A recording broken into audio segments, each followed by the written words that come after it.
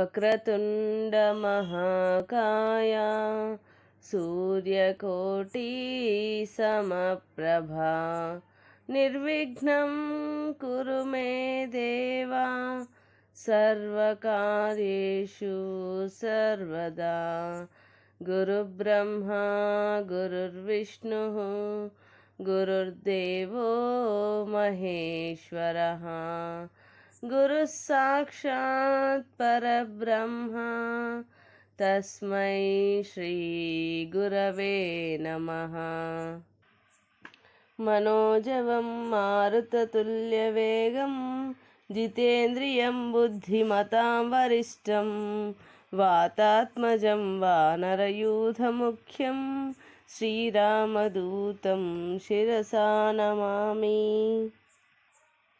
ఆపదామపహర్తారం దాతారం సర్వసంపదాం లోకాభిరామం శ్రీరామం భూయో భూయో నమామ్యహం. జై హనుమాన్. శ్రీ సీతారామాభ్యాం నమః. శ్రీమద్ వాల్మీకి రామాయణము సుందరకాండము. 10వ సర్గము. హనుమంతుడు గాఢ నిద్రలోనున్న రావణుణ్ణి అతని భార్యలను చూచుట, మండోదరిని సీతగా భ్రమించి సంబరపడుట, సీతాదేవి జాడకై అతి నిశితముగా వెతుకుచున్న హనుమంతుడు ఆ మహాభవనమునందు ఒక శయనాసనమును గాంచెను. అది స్ఫటికములతో రత్నములతో భూషితమై ఉండెను. దంతపు నగిశీలతోనూ బంగారు చిత్రములతోడను అలరారుచు వైఢూర్య ఖచ్చితములైన మేలైన ఆసనములు అచట రాజిల్లుచుండెను. అమూల్యములైన అత్యుత్తమములైన ఆ స్తరణములను విలసిల్లుచుండెను. అట్టి ఆసనములతోనూ ఆ స్తరణములతోనూ అది దేవలోకమునందలి శయనాసనమును తలపించుచుండెను. ఆ శయనాసనమునకు ఊర్ధ్వభాగమున దివ్యములైన మాలలతో అలంకృతమై చంద్రుని వలె స్వచ్ఛములైన కాంతులతో విరాజిల్లుచున్న ఒక ఛత్రమును ఆ మారుతిగాంచును. బంగారముతో నిర్మితమైనది, సూర్యకిరణములతో సమానమైన కాంతులు కలది, అశోక పుష్పమాలికలచే వ్యాప్తమైనదియు అగు ఆ ఆసనమును చూచినంతనే దుఃఖములు దూరమగును, మనఃప్రశాంతి కలుగును. పరమాసనమును చూచెను.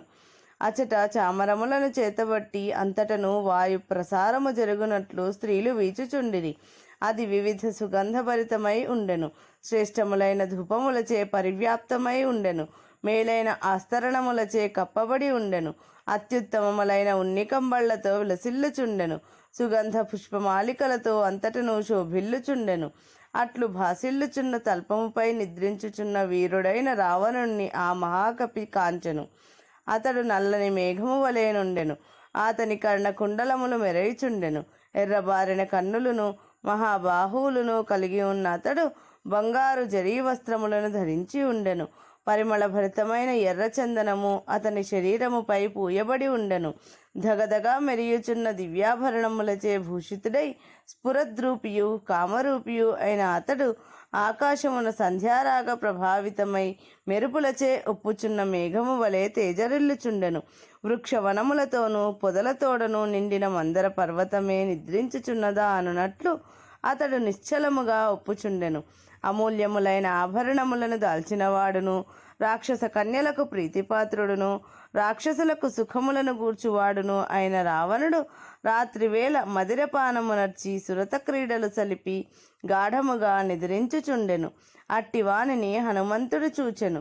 ఏనుగు వలె గురకపెట్టుచున్న రావణుణ్ణి సమీపించి ఆ కపివరుడు మిక్కిలి ఉద్విగ్నుడై, ఛీ, ఇతడు పరస్త్రీని అపహరించి తీసుకువచ్చిన దుర్మార్గుడు, ఇతనికి దూరముగా నుండుటయే ఉచితము అని అనుకొనుచు పావని చాలా భయపడిన వాని వలె అతనికి దూరముగా వెళ్ళెను. అనంతరము ఆ మహాకపి సోపాన మార్గమున మరి ఒక వేదికను అధిష్ఠించి గాఢ నిద్రలోనున్న రావణుణ్ణి చూడసాగెను. నిద్రించుచున్న రావణుణ్ణి మహాతల్పము ఒక మదపు టేనుకు చేరిన సెలయేరు వలె ప్రకాశించెను.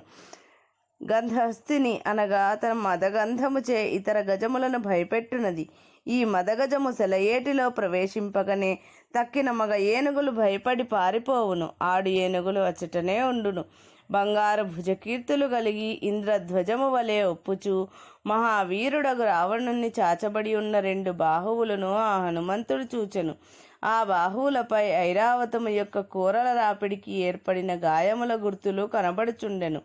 బలిష్టములైన ఆ భుజములు వజ్రాయుధము యొక్క తాకిడి మచ్చలను ఉపేంద్రుని చక్ర చిహ్నములను కలిగి ఉండెను. పుష్టి కలిగి ఉన్న ఆ బాహువులు చక్కగా పొందికగానున్న భుజములతో బలోపేతములై ఉండెను. వాటి నఖములు, అంగుష్టములు, వ్రేళ్ళు, అరచేతులు శుభ లక్షణములు కలిగి ఉండెను. ఆ బాహువులు దృఢమైన సంధి బంధములు కలిగి ఇనుప గుదియల వలె ఒప్పుచుండెను.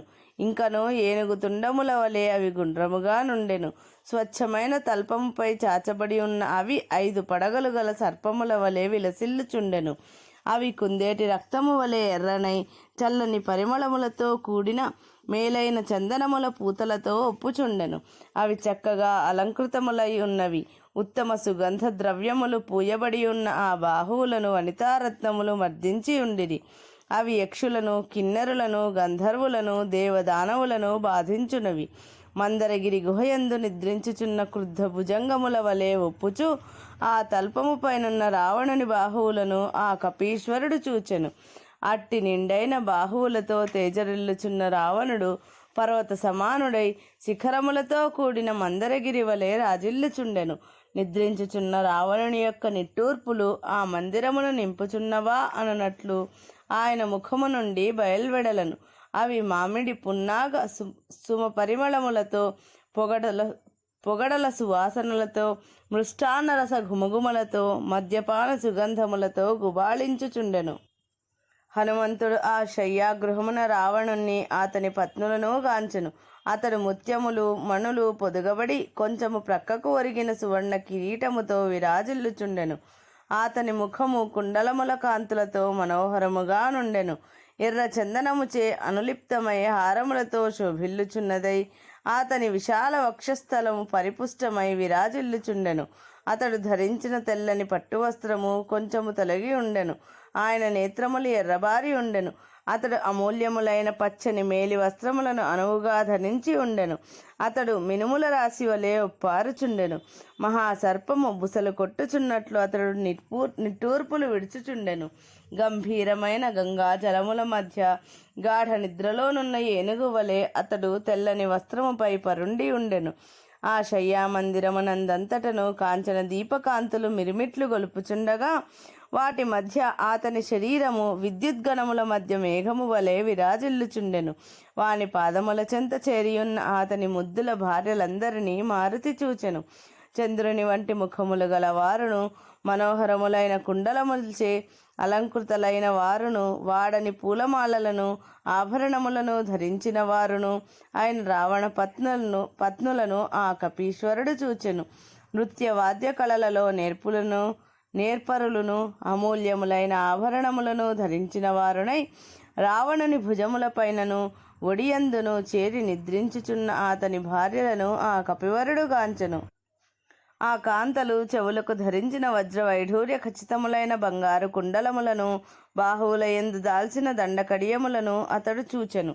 అచటి వనితల యొక్క చంద్ర సదృశములైన ముఖశోభలతోనూ దర్శనీయములైన చక్కని కుండలములతోనూ ఒప్పుచున్న ఆ విమానము నక్షత్రకాంతులతో వెలుగొందుచున్న ఆకాశము వలె విరాజిల్లుచుండెను. అందమైన నడుములు గల రావణకాంతలు రతి క్రీడలలో అలసిన వారై ఎక్కడి వారక్కడ గాఢ నిద్రలో మునిగిరి. నృత్యమునందు తేరిన మరి ఒక శుభాంగి నృత్యము చేయినప్పుడు ఉండెడి మనోహరములైన అంగభంగిమలతోడనే నిద్రించుచుండెను. ఒక తరుణి వీణను కౌగిలించుకొని నిద్రించుచుండెను. ఆమె నదీ ప్రవాహమున కొట్టుకొని వచ్చి ఒక నావను ఆశ్రయించిన పద్మలత వలె మనోహరముగా నుండెను. మడ్డుకము అను చర్మవాద్యమును చంకలోనే ఉంచుకొని నిద్రించుచున్న ఒక యువతి వాత్సల్యముతో బాలకుని చంకనెడుకొని సుప్తమై ఉన్న భామిని వలె భాసిల్లుచుండెను. సప్త సౌభాగ్యము గల ఒక సర్వాంగ సుందరి పటహము అను చర్మవాద్యమును వక్షస్థలమునకు అదుముకొని చిరకాలము పిమ్మట పొందిన ప్రియుని కౌగిలించుకొని ఉన్న భామిని వలె నిద్రించెను. వేణువును హృదయమునకు హత్తుకొని గాఢ నిద్రలో మునిగిన కమల నేత్ర అయిన ఒక కాంత ఏకాంతమున కామావేశమునకు గురి అయి తమకముతో తన ప్రాణ ప్రియుని కౌగిలించుకొని ఒక కామిని వలె భాసిల్లుచుండెను. నృత్య కళా నిపుణురాలైన ఒక రమణి విపంచిని అనగా 7 తీగల వీణను తన ఎదపై చేర్చుకొని కాంతునితో చేరి నిద్రించుచున్న ఒక భామిని వలె ఒప్పుచుండెను. మరి ఒక కాంత బంగారు వన్నెలు గల మృదువై పరిపుష్టములై మనోహరములైన అంగములతో మృదంగమును బాగుగా కౌగిలించుకొని పారవశ్యముతో గాఢ నిద్రలో మునిగి ఉండెను. మధుపానాది క్రీడలలో అలసి సొలసి శ్లాఘనీయమైన ఒక అనింద్య సుందరి భుజపార్శ్వముల మధ్య చంకలోనున్న పణవముతో కూడియే నిద్రలోనికి జారెను. డింఢిమ మునందాసక్త అయిన మరి ఒక తరుణి ఒక డింఢిమ వాద్యమును గ్రహించి ఇష్టమైన రమణుని కౌగిలించుకొని ఉన్న భామిని వలె అట్లే నిద్రించెను. కమలపత్రాక్షి అయిన వేరొక ముదిత మదమోహితయై ఆడంబరము అను తూర్యవాద్యమును బిగి కౌగిలిలో నుంచుకొని పరవశయై నిద్రించెను. గాఢ నిద్రలో మునిగిన ఒక భామిని ప్రక్కనే ఉన్న కలశమును త్రోయగా అందలి గంధోదకములచే ఆమె తడిసిపోయెను. అప్పుడు ఆమె వసంత ఋతువునందు నీటిచే తడుపబడిన విచిత్రవర్ణ పుష్పమాల వలె ఒప్పుచుండెను. ముంచుకొని వచ్చుచున్న నిద్రకు లోనైన ఒక అబల బంగారు కలశముల వంటి కుచములను చేతులతో కప్పుకొని నిద్రించుచుండెను. చంద్రబింబము వంటి ముఖము గల ఒక కమలలోచన మదనావేశమునకు లోనై మరి ఒక రమణిని కౌగిలించుకొని నిద్రించెను. అతడి తరుణీమణుల చిత్ర విచిత్రములైన చతుర్విధ వాద్యములను వీణ, మృదంగము, వేణువు, తాళము మొదలగునవి చతుర్విధ వాద్యములు హృదయములకు హత్తుకొని ప్రియులను తమ కుచములతో బిగి కౌగిళ్లలో ముంచెత్తిన కామినుల వలె నిద్రించుచుండిరి.